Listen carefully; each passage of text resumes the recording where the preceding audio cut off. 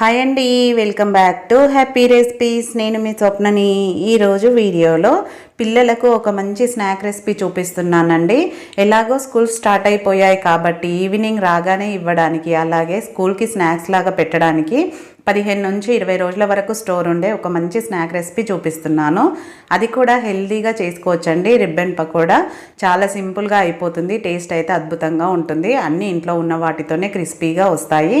Late చేయకుండా దీన్ని ఎలా ప్రిపేర్ చేసుకోవాలో చూసేయండి. మరి ముందుగా దీనికోసం పిండి కలుపుకోవడానికి వీలుగా ఉండే ఒక గిన్నె తీసుకొని దాంట్లోకి 2 కప్పుల బియ్యం పిండి వేసుకోవాలి. పొడి బియ్యం పిండి అండి, తడి బియ్యం పిండి కాదు.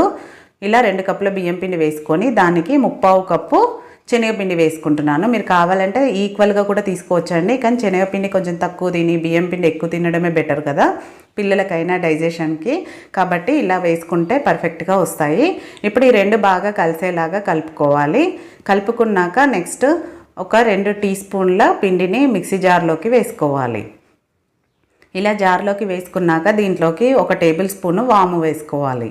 ఈ వాము డైరెక్ట్గా మెత్తగా అవ్వదు కాబట్టి ఇలా పిండి వేసుకొని వీలైనంత మెత్తగా గ్రైండ్ చేసుకోవాలి. ఇప్పుడు దీన్ని గ్రైండ్ చేసుకొని దీంట్లోకే వేసేసుకోవాలి.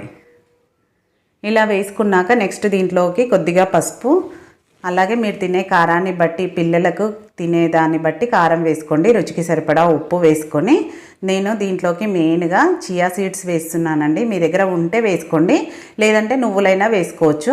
మీరు కావాలంటే ఈ ప్లేస్లో ఒక 2 టేబుల్ స్పూన్లని నువ్వులు కూడా వేసుకోవచ్చండి. నువ్వులు కూడా హెల్త్కి మంచిది కదా. చియా సీడ్స్ కూడా చాలా మంచిదండి, ఉంటే మాత్రం తప్పకుండా వేసుకోండి.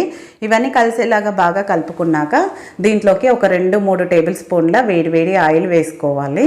వేసుకొని ఇప్పుడు ఆయిల్ మొత్తం పిండికి పట్టేలాగా కలుపుకోవాలి. మీరు ఈ ప్లేస్లో బటర్ అయినా వేసుకోవచ్చు, నెయ్యి అయినా వేసుకోవచ్చు అండి.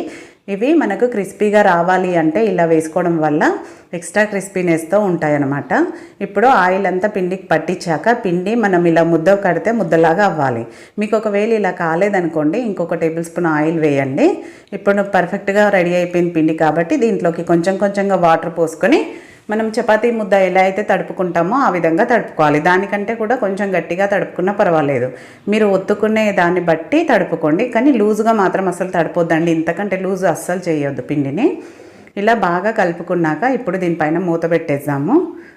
తడారిపోకుండా మీరు కావాలంటే క్లాత్ అయినా వేసుకోవచ్చు, తడి క్లాత్.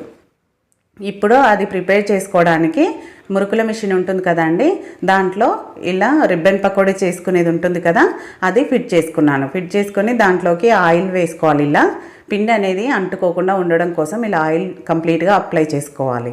నేను ఇక్కడ చేసేది రిబ్బన్ పకోడీ కాబట్టి నేను అది వేసుకున్నాను. మీరు ఒకవేళ మురుకులు చేయాలి అనుకుంటే మాత్రం హోల్స్ ఉన్నది వేసుకోండి.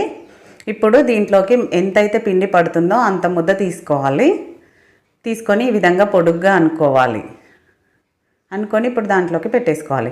మరి నిండుగా పెట్టొద్దండి, నేను చూపిస్తాను ఇక్కడ పెట్టాక. మరి నిండుగా పెట్టామో మనం ఒత్తుకోవడానికి కూడా కొంచెం కష్టంగా ఉంటుంది. ఈ విధంగా కొంచెం గ్యాప్ ఉండాలన్నమాట.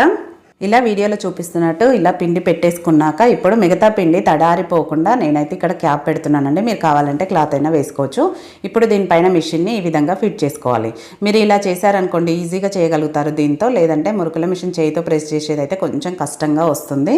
చూడండి, ఈ విధంగా 4 హోళ్ళ నుంచి మనకు రిబ్బన్ పకోడా అనేది చాలా బాగా వస్తుందన్నమాట. మీకు చూస్తేనే అర్థమైపోతుంది కదా. ఇప్పుడు స్టవ్ పైన ఆయిల్ పెట్టుకోవాలి. ఆయిల్ బాగా హీట్ అవ్వాలి. హీట్ అయ్యాక మీడియం ఫ్లేమ్లోకి పెట్టేసుకొని మనం ఈ రిబ్బన్ పకోడీ వేసేసుకోవడమే. ఎందుకంటే చెయ్యికి వేడి తగులుతుంది కాబట్టి కొంచెం మీడియం ఫ్లేమ్లో పెట్టుకొని వేసేసుకోవాలి. మరీ ఎక్కువ వేయొద్దండి, కొంచెం 2-3 రౌండ్లు తిప్పుకుంటే మనకు కరెక్ట్గా సరిపోతుంది. మీడియం టు హై ఫ్లేమ్లో పెట్టుకొని కాల్చుకోవాలి. ఇలా ఆయిల్ నుంచి నురగంతా పోయాక అప్పుడు సెకండ్ వైపుకి తిప్పుకోవాలి. ఇలా రెండో వైపుకు తిప్పుకున్నాక అటు కూడా కొంచెం బాగా వేగినాక మీరు కావాలంటే ఇలానే వేసుకోవచ్చు, లేదంటే దీనిపైన కొంచెం ఇలా కరివేపాకు వేయడం వల్ల మంచి ఫ్లేవరు టేస్ట్ ఉంటుందండి. తప్పకుండా వేసుకోండి. ఇలా వేసుకున్నాక చూడండి మంచి కలర్లోకి ఫ్రై అయిపోయింది కదా. ఇప్పుడు దీన్ని తీసేసి ఒక ప్లేట్లోకి పెట్టేసుకోవాలి. నెక్స్ట్ అన్నీ కూడా ఇలానే వేసేసుకోవాలి. ఇలా వేసుకొని కరివేపాకు వేసుకుంటే మాత్రం ఫ్లేవర్ అయితే చాలా బాగుందండి. తప్పకుండా ట్రై చేయండి ఈసారి మీరు చేసుకున్నప్పుడు. మీకు వద్దు అనుకుంటే స్కిప్ చేయండి, మామూలుగా ప్లెయిన్గానే వేసుకోండి. కానీ ఒకసారి ట్రై చేయండి, ఫ్లేవర్ అయితే చాలా బాగుంటుంది. చూడండి అన్నీ రెడీ అయిపోయాక చూపిస్తున్నాను ఎంత కలర్ఫుల్గా యమ్మీగా ఉన్నాయో. వీటిని ఒక్కసారి చేసి పెట్టుకున్నారనుకోండి 15 నుంచి 20 రోజుల వరకు కూడా స్టోర్ ఉంటాయి. పిల్లలకి స్కూల్కి పెట్టడానికి కానీ ఈవినింగ్ టైంలో రాగానే ఇవ్వడానికి కూడా చాలా బాగుంటాయి. చాలా క్రిస్పీగా టేస్టీగా ఉంటాయి. కాబట్టి డెఫినెట్గా ట్రై చేయండి. చూస్తేనే అర్థమైపోతుంది కదా మీకు ఎంత క్రిస్పీగా వచ్చాయో. టేస్ట్ అయితే అద్భుతం అండి. తప్పకుండా ట్రై చేయండి. ట్రై చేశాక మీకు ఎలా కుదిరింది అనేది కూడా ఫీడ్బ్యాక్ పెట్టండి. అలాగే నచ్చిందా వీడియో? నచ్చితే లైక్ చేయండి, షేర్ చేయండి, సబ్స్క్రైబ్ చేసుకోవడం మాత్రం మర్చిపోకండి. Thank you for watching. మరో మంచి వీడియోతో మళ్ళీ మీట్ అవుతాం.